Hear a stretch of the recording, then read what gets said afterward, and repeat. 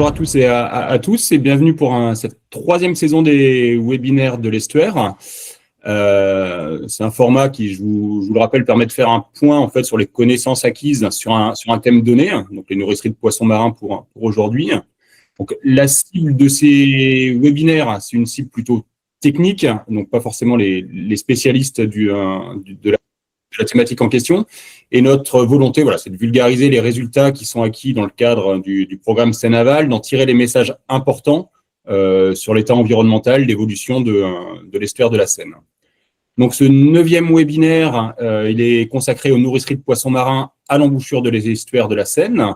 C'est Manuel Muntoni, qui est chargé de mission restauration écologique au sein du GIP, qui va assurer cette présentation en proposant un bilan croisé des nombreux résultats de projets scientifiques et des suivis qui sont menés sur la question. Ça va durer une demi-heure et après, on gardera un peu de temps pour une petite séquence d'échange pour répondre à vos questions ou préciser des choses qui auraient pu être dites. Donc, je vous précise que le webinaire, il est enregistré et du coup, le replay sera mis à disposition sur notre site web et sur notre chaîne YouTube comme tous les épisodes précédents. Donc voilà, je vous remercie de fermer vos micros et vos caméras pendant la présentation. Vous pouvez mettre vos questions au fur et à mesure dans le chat, comme ça on pourra les prendre à la fin de la présentation de Manuel, à qui je passe la parole. Merci Cédric. Bonjour à toutes et à tous. Bienvenue pour ce 9e webinaire. L'idée aujourd'hui, c'est de discuter avec vous de nourriceries de poissons marins. Comme un certain nombre d'entre vous savent très bien, les nourriceries ont fait objet d'études au sein de GIP Seine-Aval depuis sa naissance. En effet, au départ, le programme Seine-Aval s'est concentré beaucoup sur le milieu de l'embouchure, de par tous les aménagements que pendant les années 2000, l'estuaire a vu naître. Et l'idée aujourd'hui, c'est de reparcourir un peu toute cette connaissance, d'essayer de décrypter un peu les messages principaux de tous les projets menés dans le cadre des programmes de recherche Seine-Aval, et donc d'essayer de retracer un peu l'évolution des nourriceries, comment elles se portent aujourd'hui et voir un peu quelles sont les ouvertures pour la restauration écologique. Hop là.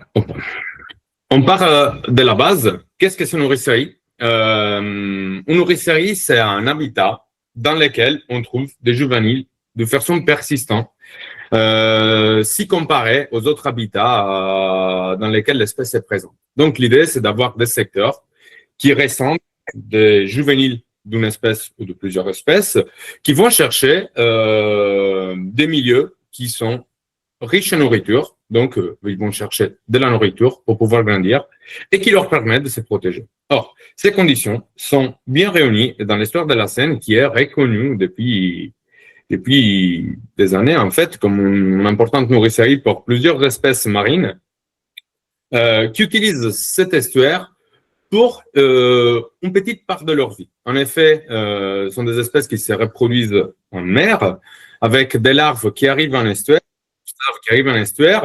qui s'installent pendant 2 ou 3 ans et qui profitent des conditions estuariennes pour pouvoir grandir avant de rejoindre la population adulte.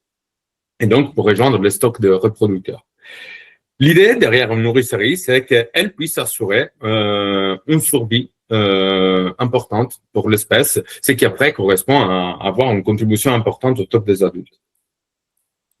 Et en effet, la nourricerie de la Seine était bien ciblée comme un milieu privilégié pour la croissance des juvéniles. Et notamment, ici, vous avez un petit schéma qui reporte les fréquences par rapport à la classe d'âge des juvéniles de sol, par exemple. En effet, on voit que la plupart des juvéniles pour cette espèce que l'on trouve à 2 ou 3 ans. En effet, on peut suivre l'évolution des arrivées et donc la permanence des individus grâce à un panel de données assez élargi, puisque l'estuaire de la Seine fait objet d'un suivi qui dure depuis plusieurs décennies, qui nous a permis de retracer en effet l'évolution. Quand on parle de nourricerie, on parle de 3 facteurs structurants principalement. Il faut qu'il y ait de l'espace pour que les poissons puissent être présents sur un endroit et que cet espace doit être caractérisé par un ensemble de caractéristiques morphologiques et physiques qui rendent cet espace unique pour l'espèce, il faut qu'il soit accessible, là où on introduit la notion de continuité transversale, et il faut qu'il y ait une bonne qualité, qu'elle soit à la fois sédimentaire, physique ou chimique. Et donc, on partira, j'ai axé cette présentation pour pouvoir discuter de ces 3 points et pour chacun de ces points, montrer un peu comment ils ont évolué, quels sont les problèmes derrière et comment on pourrait éventuellement résoudre les problèmes qui concernent la disponibilité surfacique, l'accessibilité et la qualité. La première question que l'on se pose, c'est donc où se trouvent les nourriceries pour les poissons marins en estuaire de la Seine. Et en effet, c'est un travail que nous avons mené dans le cadre de Projet Propose, ça date un peu, et donc 2020, qu'on a mené autour de 2020, dans lequel on a essayé de modéliser les habitats des nourriceries pour 2 espèces, la sole et le bar, qui incarnent très bien l'utilisation que les poissons peuvent faire des nourriceries estuariennes. Notamment, nous avons une espèce, la sole, qui est une espèce qui mange localement, mais qui profite en fait des milieux intertidaux pour pouvoir se nourrir de la productivité des vasières. Et nous avons le bar, qui est une espèce un peu plus mobile et qui arrive à être ubiquiste, puisque globalement, on la trouve sous les milieux subtils, les milieux intertidaux, mais aussi sur les marais. Quand on a ces travaux-là, en fait, cette caractérisation de l'utilisation de l'estuaire a été faite dans le cadre du projet CAPES, et dans lesquels, en fait, on a vu que les sols, fondamentalement, trouvaient dans les contenus stomacaux des sols les mêmes proies de l'endroit où elles étaient capturées. Alors que pour les bars, on voyait qu'il y avait une variabilité plus importante. Ce que nous avons essayé de faire, c'est de comprendre comment ces espèces utilisaient l'espace estuarien. Et pour faire cela, nous avons utilisé une modélisation de la distribution des habitats qui était basée sur des données issues de tous les différents suivis que l'on a pu mener et que l'on a des caractéristiques physiques. Ceci nous a donné une échelle de probabilité par rapport à la favorabilité de ces habitats pour qu'elles puissent être une nourricerie. Et vous voyez que les parties les plus rouges sont de nourriceries très fortement probables, alors que les couleurs plus froides sont des nourriceries peu probables. Ce que l'on peut observer dans cette image, c'est qu'il y a un certain niveau de superposition avec des couleurs qui sont beaucoup plus rouges dans des secteurs spécifiques qui sont des secteurs vasières. Et notamment, vous pouvez voir, c'est notamment le cas par les nourriceries qui se trouvent à l'embouchure, notamment dans le secteur de la fosse nord, que ce soit pour le bar ou que ce soit pour la sole. Les vasières, qu'est-ce que sont les vasières? Ce que nous avons identifié, c'est qu'on trouve de façon systématique des juvéniles dans des secteurs qui présentent des fessis vaseux, au moins 75% de vases au sable vaseux, avec une bathymétrie qui est celle du subtidal peu profond à l'intertidal bas, avec une gamme de salinité qui est polyalin ou mésoalin et avec de faibles courants. Ceci sont des caractéristiques qui, d'une part, prônent et qui, d'une part, sont à la base de la productivité des vasières, mais qui, d'autre part, garantit aussi un taux de survie vis-à-vis de la prédation supérieure, de par le fait que les prédateurs marins n'ont pas la possibilité d'entrer dans ces secteurs. Et c'est pour ça que les petits poissons cherchent des milieux, entre guillemets, plus calmes. Si de milieux plus calmes, on peut parler en estuaire. Mais ce n'est pas seulement les vasières, c'est aussi, en fait, le point de connexion entre les vasières et les milieux intertidaux plus hauts, voire les marais, qui sont garantis par les filandres, qui sont assez importantes. Et vous le voyez en représentation ici sur la droite de l'image.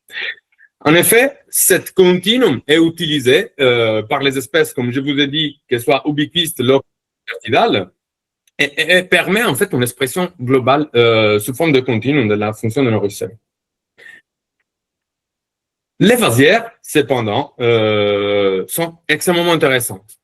Pourquoi sont si intéressantes? Pourquoi on les retrouve toujours des juvéniles de façon plus importante que par rapport aux autres habitats? Puisqu'elles sont productives.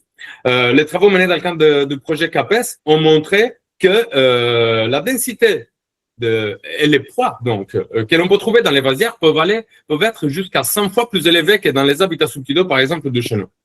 Et les poissons, ils y trouvent en effet leur proie préférentielle d'après leur contenu stomacaux. La sole se nourrit de polychètes ou de Colophine, donc des versicolores, ou d'amphipodes comme Colophine vellutator, et les bars, il va trouver soit des suprabenthos, notamment de Mysiacènes, ou des crevettes, comme Crangon. Et en plus, on voit qu'à peu près 2/3 de l'alimentation des juvéniles et des sols, à la fois des sols et des barques que l'on capture en embouchure, provient des milieux de vasières. Ceci pose une énorme pression sur les vasières et l'on voit qu'à l'automne, on arrive à consommer, on a estimé qu'on arrive à consommer jusqu'à 84% de ces ressources macrobiontiques. Ce qui nous pose des questions concernant la capacité trophique de ces milieux. Est-ce que c'est normal que tout ce qui est, presque la totalité de ce qui est produit sur ces vasières soit consommé, ou est-ce qu'on a au contraire une sorte de limitation trophique, donc on arrive à la capacité pourtant du système, ce qui après peut engendrer des mortalités densité dépendante. Quoi qu'il en soit, quand on regarde dans la distribution des nourriceries en estuaire de Seine, on se rend vite fait compte, ici vous avez la Saône, mais c'est la même pour le Var, qu'à partir à peu près de la mont immédiat du pont de Normandie, on a une rupture des surfaces. Ce que vous voyez présenté, c'est les surfaces des habitats favorables en termes d'hectares, le long de points kilométriques, donc de l'embouchure 360 vers Tancarville, à peu près 330. Et ce que l'on peut voir, c'est qu'il y a une chute abrupte de ces nourriceries en correspondance des milieux dans lesquels on n'a plus les continuums intertidales qui se composent de vasières, chœurs et marais. Donc, on rentre dans cet ordre indiqué.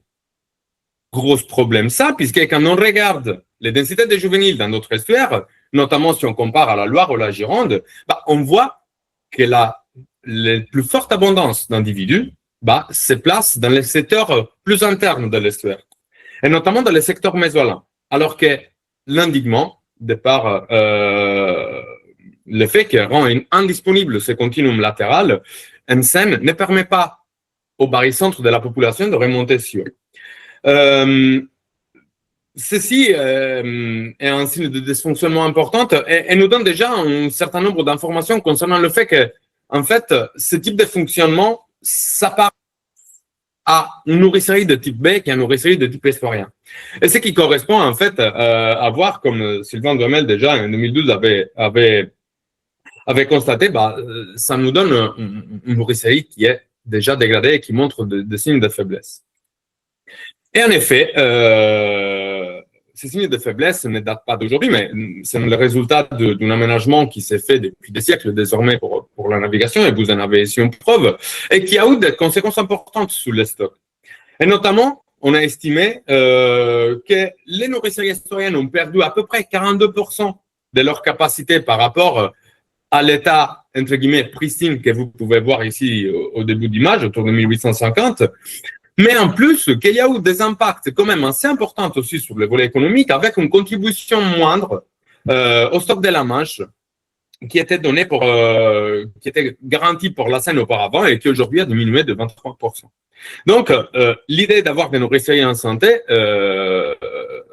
a des conséquences pas seulement sur les abondances en Seine, mais bien entendu aussi pour le stock adulte de la. Et récemment, on a assisté aussi à des pertes surfaciques importantes. Je vous invite à prendre quelques secondes pour trouver les différences. Mais globalement, il y a eu des aménagements qui, à partir des années 2000, ont changé la morphologie des nourriceries estuariennes de Laval, notamment de celles qui étaient présentes dans les secteurs de la fosse nord et des vasières associées. Et il y a eu tout un tas d'aménagements qui ont mené à la création de Port 2000. Je ne voulais pas sans vous les détailler, mais pour voir le nombre d'aménagements qui se sont cumulés dans ces secteurs, qui ont totalement changé le visage de nourriceries estuariennes. Ce que l'on voit quand on regarde un peu à la structuration des habitats d'un point de vue bâti-topographique, on voit que déjà ces aménagements récents ont mené en perte surfacique. On est à peu près à 430 hectares de milieux subtidaux et intertidaux qui ont été perdus. Mais c'est surtout que ces aménagements, notamment la construction de l'endiguement, la construction des digues, que ce soit celle de Port 2000 ou le rehausse des digues submersibles, ont mené à un réajustement bathymétrique qui a après changé en fait l'hydrodynamisme de ce secteur et la morphologie et les sédiments et les dynamiques sédimentaires de ce secteur. Nous avons vu qu'il y a eu un approfondissement du milieu subtidal plus profond, à détriment justement une augmentation de subtidal profond à détriment de subtidal peu profond. Et aussi, on a vu qu'on a créé de nouvelles zones intertidales. Zones intertidales qui, comme on verra après, par contre, ne présentent pas les mêmes caractéristiques de celles que l'on souhaiterait. Mais surtout, en fait, ces aménagements ont pour effet de stabiliser les conditions hydromorpho-sédimentaires, presque de les figer, avec des phénomènes érosifs qui se font toujours au même endroit, donc dans les endroits les plus profonds, des phénomènes de comblement qui se font aussi dans le même endroit. Donc, on a une sorte de comblement tendanciel dans la partie plus proche du pont de Normandie, voire un monde du pont de Normandie, avec un approfondissement de la fosse nord et aussi la création de bancs qui sont à la côte d'arasement de la digue basse nord. Globalement, ces milieux, c'est figé et c'est partiellement déconnecté de son lit. En effet, c'était un peu un des objectifs des aménagements qui ont eu lieu dans cet endroit, mais on a vu que, par exemple, il y a eu moindre effet d'écrou dans ce secteur, puisque l'idée de la canalisation dans ce secteur, c'était celle de renforcer l'effet de chasse de l'estuaire et donc, en fait, de renforcer les courants de jusant, donc des vidanges lors du passage de la marée haute à la marée basse. Et après, on n'a pas eu seulement des problèmes sur la disponibilité surfacique, donc ces surfaces qui ont été perdues, à peu près 400 hectares de surface perdue, mais il y a eu aussi des problèmes sur la connectivité fonctionnelle de ces milieux. Puisque au-delà des pertes surfaciques, il faut que ces surfaces soient accessibles au bon moment. Et en effet, il faut considérer que l'accessibilité de ces milieux est fortement liée au régime tidal. Et ça change à chaque cycle de marée. Et c'est pour ça qu'il est important quand on réfléchit en nourricerie, de réfléchir en nourricerie comme un ensemble qui se développe sous le continuum latéral, sous la continuité transversale, en partant du plan subtidal, avec justement les milieux subtidaux, des banquettes subtidales peu profondes qui vont vers l'intertidal, mais aussi en fait les habitats qui sont un peu les liens entre les vasières nues et les chars, notamment les filandres, pour arriver jusqu'au marais. Tout cet ensemble, en fait, constitue les nourriceries telles qu'elles devraient marcher.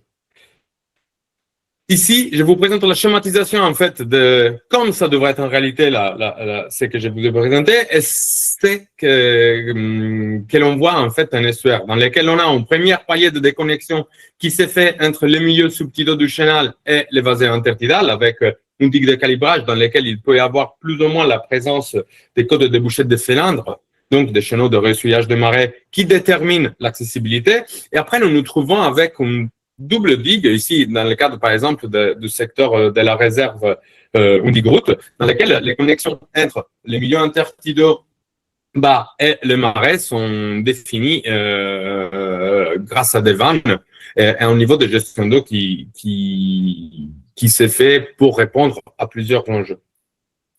Et quand on regarde, en fait, ce niveau de connexion ou déconnexion, on se rend compte que les vasées intertidales de la fosse nord, par exemple, sont accessibles assez peu de temps.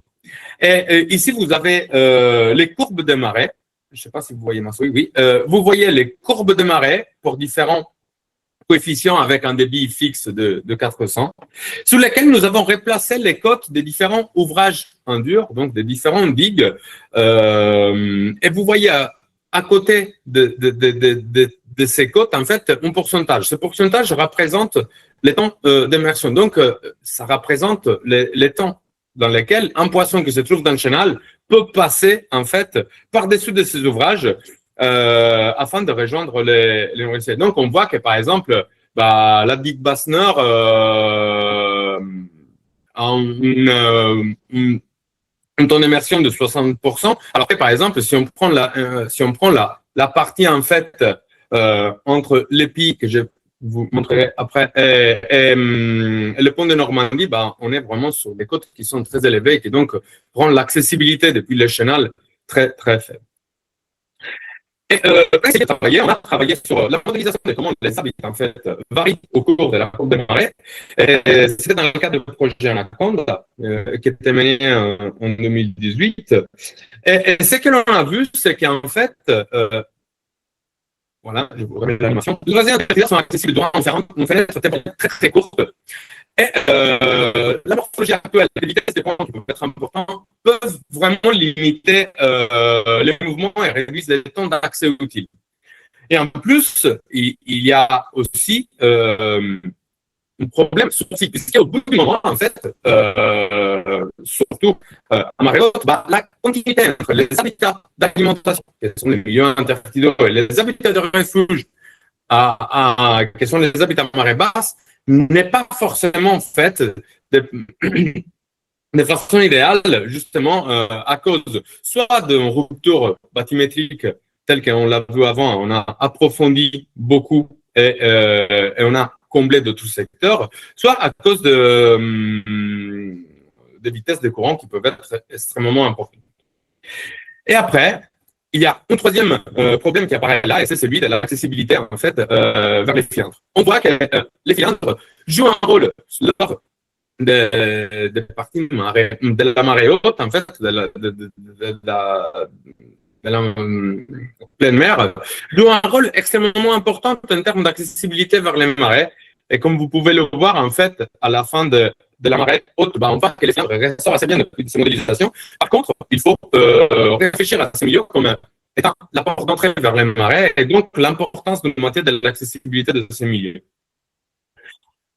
En effet, les filandres, c'est surtout globalement autour des gradients. On peut considérer les filandres comme des petits estuaires transversaux dans l'estuaire et sont des milieux que les espèces utilisent pour accéder aux marais, mais pas seulement. En effet, ils peuvent être à la fois une zone d'alimentation, bien qu'elles soient une fenêtre temporelle très courte, ils sont un corridor vers les marais, ils sont la porte d'entrée, mais ils peuvent aussi être une zone tampon de refuge pour les espèces d'eau douce de marée intérieure qui, au bout du moment, en fait, elles peuvent migrer vers l'aval pour soit y trouver de la nourriture, soit se réfugier s'il y a un village de marée qui s'est fait.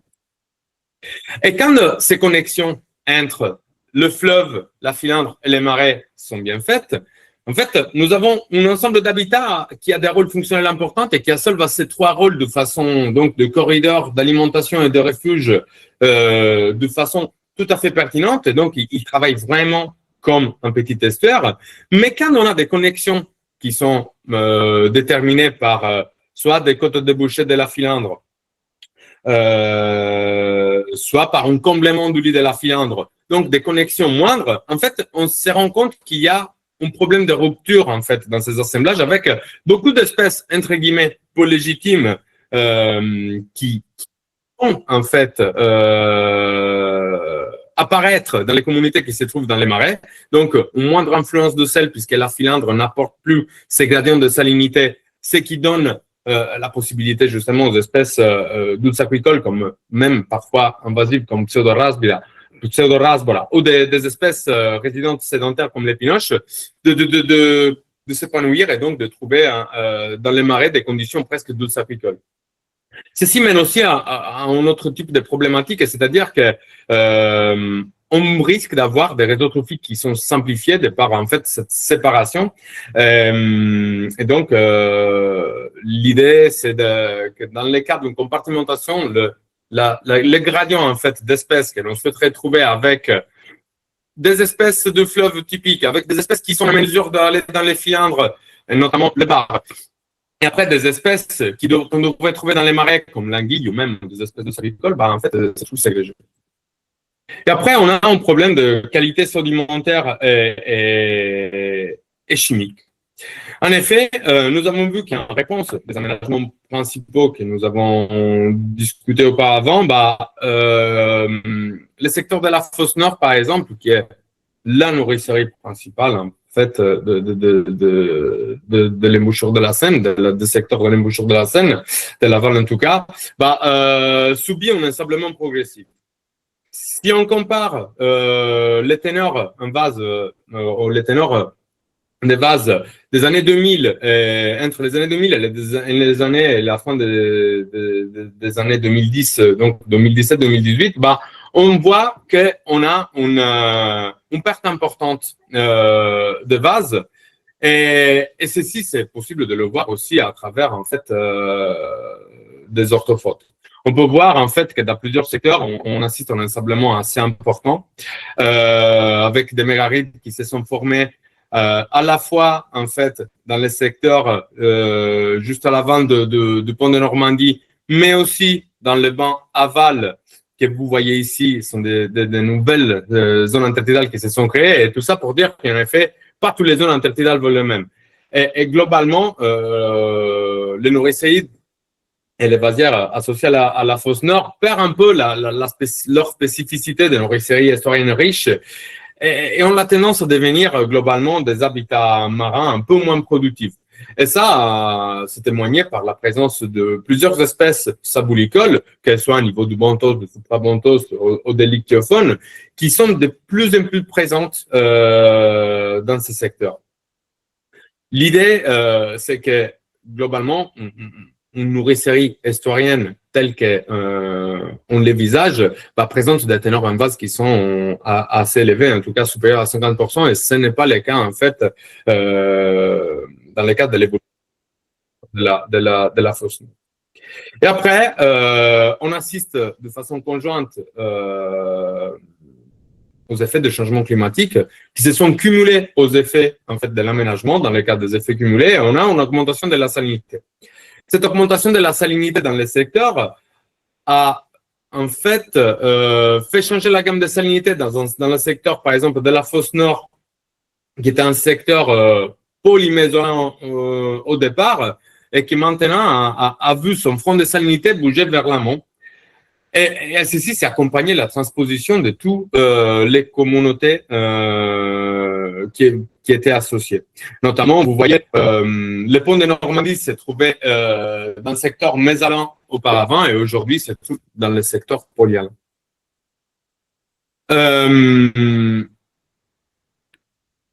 Ceci, en fait, a eu des impacts importants aussi sur la capacité d'accueil. Tout ce que l'on peut voir, en fait, à niveau de différents assemblages, que ce soit l'assemblage suprabenthique et sous lithiophone ou sous l'aviphone aussi, c'est qu'on a eu, à partir des années 2003-2004, une chute importante de toutes les abondances.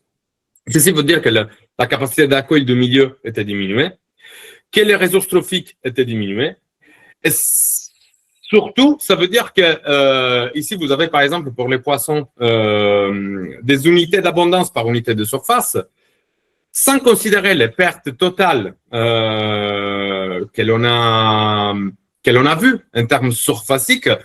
Ça veut dire qu'à parité de surface, en fait, on a perdu à peu près par deux les abondances et les densités de poissons. Ça veut dire que les surfaces qui restent ont une moindre qualité. Et à ça, on ajoute aussi la problématique de la qualité chimique. Donc, pas seulement la qualité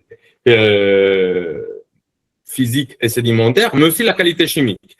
Et ce que l'on a vu, c'est que tous les secteurs de l'embouchure, dont la fosse nord fait partie par exemple, mais également la fosse sud ou l'embouchure, présentent des niveaux de contamination qui sont quand même assez importants. Ils sont bien sûr moindres que celui qu'on peut trouver dans les parties plus amont de par la dilution, tout simplement. Mais on voit néanmoins qu'il y a des effets importants sur les individus. Donc, notamment un dérèglement du bilan énergétique, une croissance amoindrie, moins de fitness et des taux de mortalité qui peuvent être importants. Il y a eu juste une des précédents webinaires qui a traité de toutes ces thématiques. Donc, si vous voulez savoir plus sur cette partie, je vous invite à aller sur Replay. Et donc, maintenant, c'est légitime de se demander quel avenir de nos nourriceries dans les sphères de la Seine. Et aujourd'hui, on continue à assister à la remontée encore plus la remontée du front de salinité. Nous avons vu que les nourriceries, en fait, idéales devraient se trouver dans la gamme de salinité polymésoalin, et l'on voit que cette front de salinité a la tendance à remonter vers l'amont. On a vu aussi, par contre, que dans les parties à l'amont du pont de Normandie, il n'existe plus d'espace disponible pour pouvoir accueillir quelque part l'adaptation de ces nourriceries. Et c'est là que l'on parle de nursery squid. Les nourriceries se trouvent aujourd'hui présentant entre une influence marine beaucoup plus importante et la disponibilité de surface intertidale voit l'inaccessibilité au secteur du marais dans les milieux qui sont à l'amont de par la présence des digues. Donc, ceci veut dire que si on regarde à l'horizon 2050-2100, les nourriceries peuvent risquer de perdre totalement leur fonctionnalité estuarienne pour aller davantage vers un fonctionnement de type B et notamment une nourricerie estuarienne dégradée. En tout cas, nous sommes en train de travailler à une quantification plus précise de ce phénomène dans le cadre du projet Ristretto et notamment ce que nous sommes en train de faire, c'est d'essayer de réappliquer des modèles de distribution d'habitat en perspective en s'appuyant sur des scénarios futurs qui nous permettraient en fait d'un scénario hydromorphe sédimentaire futur qui nous permet en fait de voir quelle serait l'ampleur de cette transposition, où ces nourriceries auraient besoin d'aller ou pas, et ça nous permettrait en fait de caractériser le risque de perte de ces nourriceries. Donc, on arrive à la fin. Les constats sur les trois parties que l'on a analysées. Quantité de surface et perte historique. On a vu qu'on a perdu énormément de surface. Pour vous faire un exemple, c'est 1500 hectares depuis les années 75, dont 430 seulement à partir des années 2000. On a un indignement très présente avec une fixation de la morphologie en fait de l'estuaire, avec des secteurs qui sont de plus en plus profonds et des secteurs intertidalaux qui se comblent, ce qui cause des déconnexions sur les continuums longitudinales entre les milieux subtidaux et les milieux intertidaux. Mais on a aussi une moindre accessibilité aux marais de par la présence de vannages aux digues qui ne permet pas de rendre totalement accessible le marais, avec aussi des côtes de débouchés de cylindres qui peu à peu se rehaussent et se comblent, tout ça qui diminue leur accessibilité. Mais on a aussi une dégradation en fait de la qualité de ces nourriceries avec un ensemblement, une marinisation et la salinisation et une contamination. Tout ça en fait, comme je vous ai montré auparavant, a amené à une diminution de densité des communautés typiquement estuariennes en faveur d'espèces marines et saboulicoles qui témoignent en fait de ces changements de fonctionnement de la nourricerie estuarienne vers une nourricerie de type B. Et la dernière partie concerne justement les solutions pour restaurer. Et l'idée, c'est de pouvoir aujourd'hui réfléchir à des projets d'ampleur qui puissent nous permettre d'accompagner la potentielle transposition de ces nourriceries vers l'amont, et notamment dans les secteurs qui pourront présenter les caractéristiques physiques, notamment en termes de salinité, qui permet à ces nourriceries de s'exprimer. Pour ce faire, il faut recréer bien sûr des vasières dans des secteurs qui aujourd'hui sont partiellement déconnectés par le désindignement ou la présence d'un polder. Donc l'idée, c'est de recréer des espaces de mobilité latérale du fleuve et en créant justement, créer cette connectivité. Ça peut vouloir dire supprimer une digue à des secteurs stratégiques plutôt qu'ouvrir des brèches ou abasser les seuils. L'idée, c'est d'améliorer cet espace de continuité qui vers des milieux subtidaux va vers les milieux intertidaux jusqu'au marais, tout en gardant en fait un fonctionnement et lien avec le régime tidal. Et à ces propos, en fait, il faut faire vraiment attention à l'accessibilité des cylindres, notamment à leur code de débouché, mais aussi au volume oscillant qui est en mesure d'entrer à travers ces cylindres et qui doit permettre aux cylindres de s'entretenir. Et après aussi, pour la partie en fait plus ouvrage, il faut s'assurer en fait que les ouvrages soient transparents ou qui permettent en fait des échanges en termes de masse d'eau, mais aussi d'individus, qui permettent la reconstitution de ces gradients qui sont à la base du fonctionnement que l'on souhaite dans nos séries. La chose en fait, qui est intéressant, c'est que probablement aussi le changement climatique, dans ces cas, pourrait être considéré comme une opportunité de s'adapter, puisque on pourrait, pourquoi pas, envisager de mettre ensemble les avantages, les bénéfices écologiques de la récréation de ces espaces de mobilité latérale du fleuve qui correspondent à des nourriceries avec des zones d'expansion des eaux estuariennes. Je vous fais l'exemple, par exemple, de Marais Vernier, qui est un secteur qu'on a déjà vu sera mésolent à l'avenir et dans lequel il y a des réflexions en cours concernant la restauration. Donc, l'idée, c'est de pouvoir matcher, en fait, de pouvoir avoir une approche écosystémique pour à la fois avoir un bénéfice écologique, mais aussi d'autres formes de services écosystémiques, ce qui rendra les mesures plus acceptables et sûrement plus efficaces. Je vous remercie pour votre attention. Je vous laisse la parole. Il y a énormément de participants aux différents projets. N'hésitez pas à compléter mes propos. J'essayais de synthétiser à l'extrême, mais ça sera avec plaisir dès que vous puissiez compléter, si vous que vous êtes aux manettes d'une bonne partie des projets que j'ai présentés aujourd'hui. Merci pour m'avoir écouté. Merci Manuel pour ce tour d'horizon sur la nourricerie où on voit avec une synthèse et un croisement des résultats acquis ces dernières années qui permet d'afficher quand même des messages assez clairs et bien argumentés. Petit temps d'échange maintenant, il y a la présence de scientifiques ou des opérateurs de suivi qui permettent d'acquérir les données sur lesquelles s'est appuyé Manuel qui sont autour de l'écran. Donc n'hésitez pas aussi à les solliciter ou à compléter les réponses. Je regarde du coup dans le chat, Manuel, on a une première question sur les filandres qui avaient été, ou les aménagements en compensation de Port-de-Mille, savoir si c'était encore fonctionnel aujourd'hui, 20 ou 25 ans après. Ça dépend. Dans le cadre de la création de Port-de-Mille, il y a eu plusieurs aménagements qui ont été faits. Il y a eu la plus grosse des mesures de restauration sous forme de mesures d'accompagnement, c'était celle de la récréation de méandres artificiels. L'idée était de redonner un peu de continuité entre le chenal et le secteur de la fosse nord.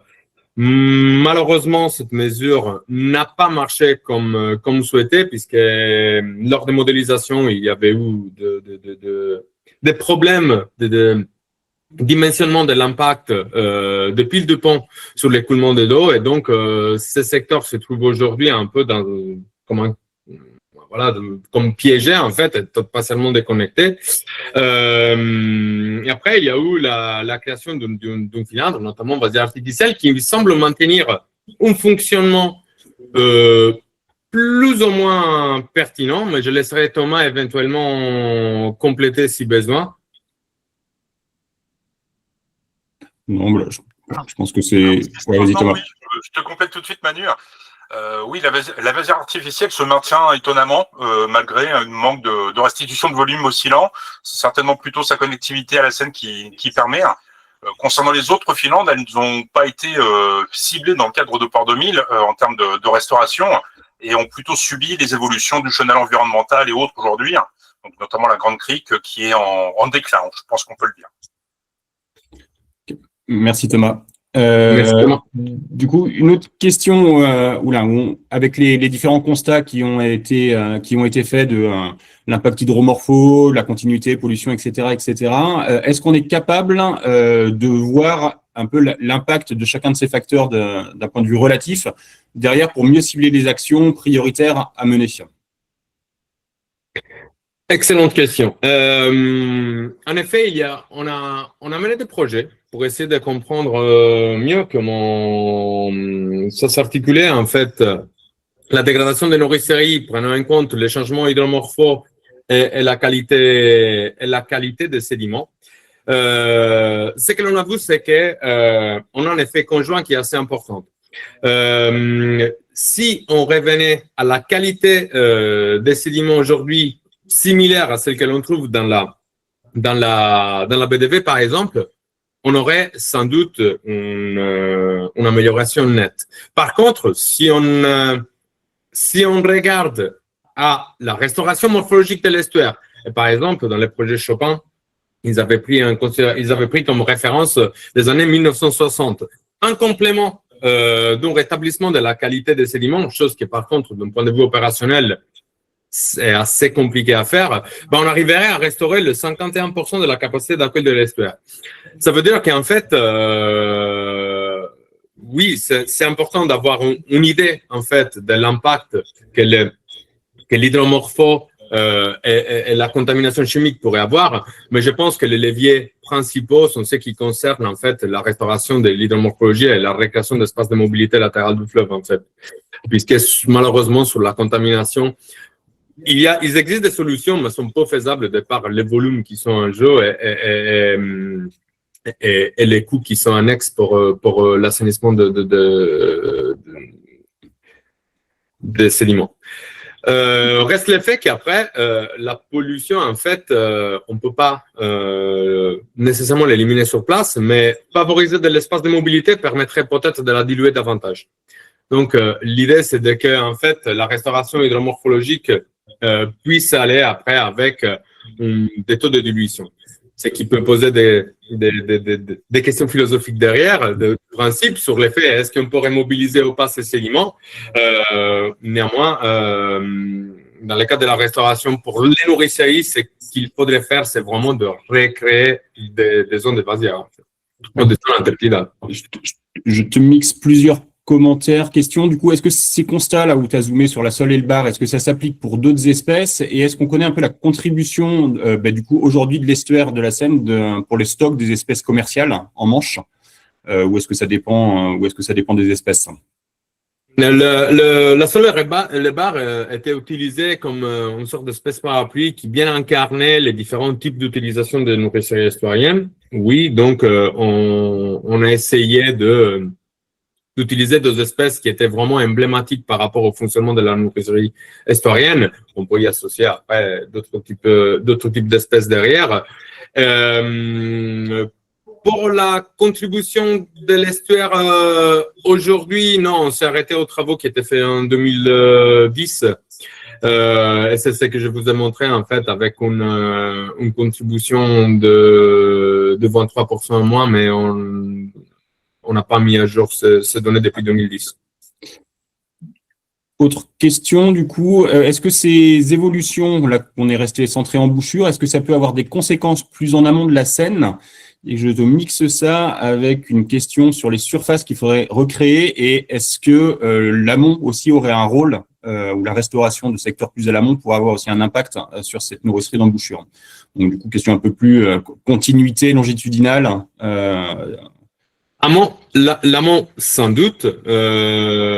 Tous les secteurs qui à horizon deviendront saumâtres, mais on observe d'ores et déjà la remontée de fonds de salinité, comme je vous ai montré, sont tout à fait pertinents pour la restauration d'espaces de mobilité latérale du fleuve. Je pense à la vallée de la Rille plutôt qu'à la partie vraiment de Marais Vernier. À mon aval de Pontarcabil, mais globalement il y a un besoin d'adapter la transposition de ces habitats vers l'amont. Il y a aussi aujourd'hui en fait une ouverture de la part des aménageurs pour que ces surfaces puissent accueillir des mesures d'envergure. Et en termes de surface, c'est difficile en fait de placer un objectif surfacique. Je pense qu'il faudra faire un peu de façon, je ne dis pas opportuniste, mais selon ce qui est possible de faire. C'est impossible d'avoir une approche diachronique par rapport aux surfaces qui ont été perdues. Je vous ai montré l'exemple des 1500 hectares depuis les années 70, mais je pense qu'on peut quand même arriver à restaurer plusieurs centaines d'hectares. On pourrait arriver à restaurer plusieurs centaines d'hectares. Les secteurs, ils sont là. Cependant, il y a une problématique de faisabilité, d'acquisition foncière, de gestion qui sort un peu du cadre scientifique et qui relève plus des choix stratégiques qui sont faits pour l'estuaire. Avec une piste qui était citée là quand on regarde les évolutions justement des gradients sur des surfaces avec moins, enfin voilà, sur les surfaces agricoles notamment en rive gauche, dans le secteur Tancarville, embouchure de la Rille, un peu ce que tu évoquais sur la fin de la présentation. En gros, ça serait où les solutions ou les opportunités de repli d'envergure qu'on pourrait imaginer pour les décennies qui viennent. Bah, c'est un peu ce que je viens de dire. Sûrement, il y a forcément, mais après, tout est à moitié avec les usages. C'est difficile de déterminer a priori des usages puisqu'il y a des choix stratégiques. Il y a des surfaces à l'amont du pont de Normandie en rive nord, il y a des surfaces sous la rive gauche. Donc, après, voilà, il faut voir comment, en fait, les stratégies d'aménagement intègrent ces besoins. Et encore une fois, pour moi, c'est assez intéressant l'idée de pouvoir associer la récréation d'espaces de mobilité latérale du fleuve avec d'autres types de services écosystémiques. Qu'elle soit, moi, je fais l'exemple des zones d'expansion de zones historiennes, mais il y a aussi d'autres types de services qui sont associés à ces milieux. C'est la séquestration de carbone, c'est la dénitrification et donc l'amélioration de la qualité de l'eau. Donc, l'idée, c'est d'avoir des mesures qui puissent servir pour plusieurs choses, puisque ça sera d'autant plus facile de justifier l'existence de ces mesures. Question plus réglementaire, je ne sais pas si on aura des éléments là-dessus. Avec la réglementation des pêches et l'arrêté nourricerie-sol de 2016, est-ce que les mesures associées à cette réglementation ont participé positivement pour l'ichtyofaune de manière spécifique à l'estuaire de Seine? Je ne sais pas si on a des éléments là-dessus aussi. On n'a pas aujourd'hui des éléments là-dessus, mais ce que nous allons faire, c'est d'essayer de refaire le même travail que nous avons fait pour les nourriceries, pour cartographier les nourriceries entre les années 2000 et 2015. Et nous essayons de faire ce travail-là à partir de 2010 jusqu'à 2025, pardon, dans le cadre du projet Ristretto. Il se peut qu'on ait une distribution un peu différente, que certains secteurs apparaissent comme plus pertinents par rapport à la nourricerie, mais aujourd'hui, je n'ai pas d'éléments factuels et quantifiés à donner par rapport à ça. Là un peu, tu as déjà répondu là, à une autre question un petit peu. Enfin, quelles autres espèces de poissons côtoient la barre et le sol dans cette nourricerie? Et est-ce qu'on a une idée du nombre de juvéniles que ça représente? Et un peu le cycle de vie, où est-ce qu'on les retrouve après? Voilà, si tu as d'autres petits exemples que la barre et le sol qui pourraient avoir des comportements un peu différents, ou ces deux espèces couvrent globalement à peu près tout. Il y a sûrement une espèce sur laquelle on est en train de travailler aujourd'hui qui représente assez bien aussi l'utilisation des nourriceries, mais qui ne se cantonne pas au secteur aval, et c'est l'anguille, par exemple. C'est une espèce tout à fait intéressante qu'on est en train d'étudier dans le cadre du projet RIL. C'est une espèce, en fait, pour laquelle on a très peu d'informations concernant les habitats de croissance. Nous essayons de comprendre mieux comment les différents habitats historiens sont utilisés par ces espèces. Après, donner une ordre de grandeur, en fait, concernant le nombre d'individus totaux.